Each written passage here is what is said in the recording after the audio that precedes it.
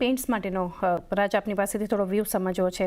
ગઈકાલે તો એક મજબૂત ક્લોઝિંગ આપણને એશિયન પેઇન્ટ્સના કાઉન્ટર પર જોવા મળ્યું છે. ઓવરઓલ પણ આપણે જે રીતે જોઈ રહ્યા છીએ આ સ્ટોક એક ફોકસમાં, કારણ કે જે ક્રૂડમાં આપણને એક ઉછાળો આવતો એશિયન પેઇન્ટ્સમાં એટલી કોઈ નેગેટિવ અસર આપણને થતી હજુ સુધી નથી દેખાઈ ક્રૂડમાં જે રેલી આવી છે. ને ઓવરઓલ જોવા જઈએ બ્રોકરેજ હાઉસીસ તરફથી એક આપણને સારા રિપોર્ટ્સ પણ આ કંપની પર આપણને આવતા જોઈ રહ્યા છે. આજે પણ ઇનફેક્ટ જે છે એક રિપોર્ટ આપણને જેફરીઝ તરફથી ટાર્ગેટ રેઝ પણ કરવામાં આવ્યા છે. HSBC ટાર્ગેટ રેઝ કરી રહ્યો છે. મલ્ટિપલ બુલિશ રિપોર્ટ્સ છે. તમે કઈ રીતે એશિયન પેઇન્ટ્સને જોઈ રહ્યા છો?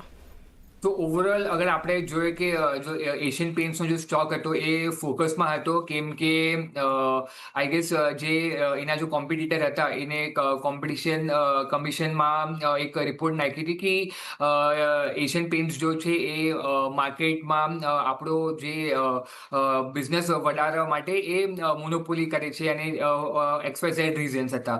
અને આઈ ગેસ અગર આપણે 12 મંથ્સનો અગર આપણે પરફોર્મન્સ જોઈએ તો પેઇન્ટિંગ એઝ અ સેક્ટર અને એશિયન પેઇન્ટ્સમાં પર્ટિક્યુલરલી ઇન્વેસ્ટર્સે સારા રિટર્ન નથી જોયા છે અને રિટર્ન્સ પણ કાફી નેગેટિવ જ છે. અને અત્યારે જે અમારો વ્યૂ બને છે એ આ છે કે ડિમાન્ડમાં સર્ટેન ઇમ્પ્રુવમેન્ટ આપણે જોઈએ છે in terms of further fresh acquisition. And I guess જે FY26નો અગર આપણે એશિયન પેઇન્ટ્સની વાત કરું તો સિંગલ ડિજિટ ગ્રોથમાં મેનેજમેન્ટ એક્સપેક્ટ કરે છે કે વેલ્યુ ગ્રોથ થઈ શકે છે અને માર્જિન જો ગાર્ડન્સ છે એ કાફી સ્ટ્રોંગ છે, 18 to 20%.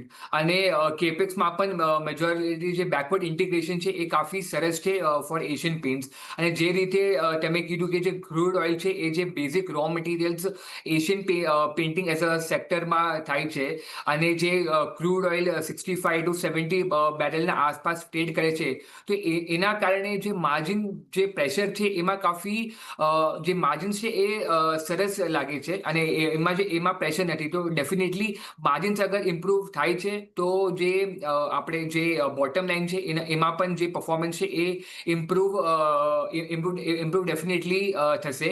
અને આઈ ગેસ જે market share I guess Asian પેઇન્ટ્સનો છે એ માર્કેટ લીડર જ છે અને આઈ ગેસ ન્યૂ એન્ટ્રન્સ અગર આવે પણ છે તો એ એઝ અ સેક્ટર યા ઇન્ડસ્ટ્રી માટે હેલ્ધી છે.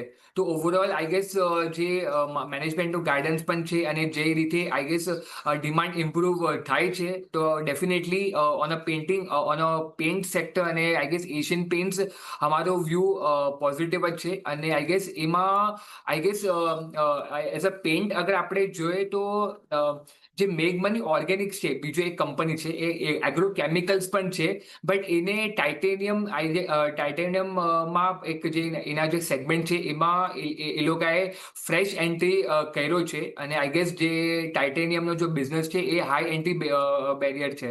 તો ન્યૂ કંપનીઝ ફ્રેશ સ્ટાર્ટ નથી કરી શકતા અને I gas as a paint sector અગર પિકઅપ થાય છે તો મેગમની ઓર્ગેનિક્સમાં પણ આપણે વ્યૂ લઈ શકીએ છીએ, કેમ કે એમાં પણ જે એન્ટી ડમ્પિંગ ચાઇનાનો જે એક આવ્યો છે પોઝિટિવ ટ્રિગર એ સ્ટોક માટે ડેફિનેટલી પોઝિટિવ થઈ શકે છે.